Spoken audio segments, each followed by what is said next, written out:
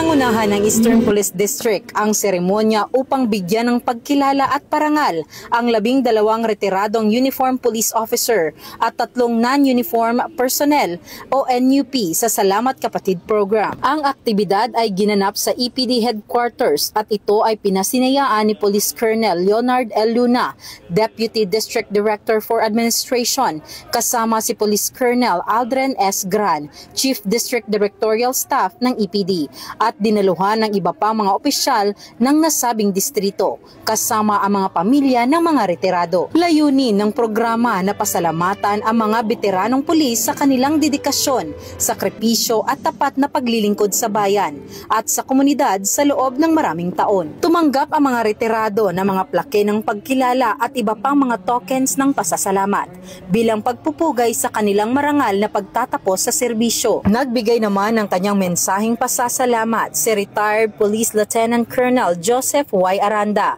sa karangalang makapaglingkod sa bansa at sa mamamayan bilang alagad ng batas. Kanyang ipinaabot ang taos-pusong pasasalamat sa mahigit 20 years niyang pagsiserbisyo sa PNP na siyang nagsilbing pangalawa niya ng tahanan at pamilya. Nagpapasalamat ako sa Panginoon natin kasi sa hinaba ng haba ng panahon, nakaabot ako ng retirement na kahit pa paano, nasa maayos na kalagayan, kalusugan. Maging masaya ako kasi mababalik na ako sa mga pamilya ko.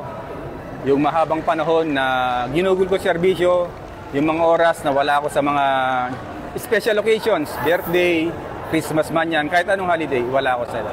Masasabi na magaan ang pakiramdam ko kasi sila naman ang paglilingkuran ko.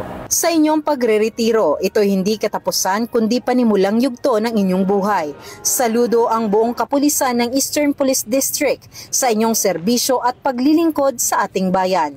Mula dito sa Eastern Police District, ako po ang inyong Police News Network Correspondent, Patrolwoman Jenny Midolor, alagad ng batas, tagataguyod ng Balitang Pulis.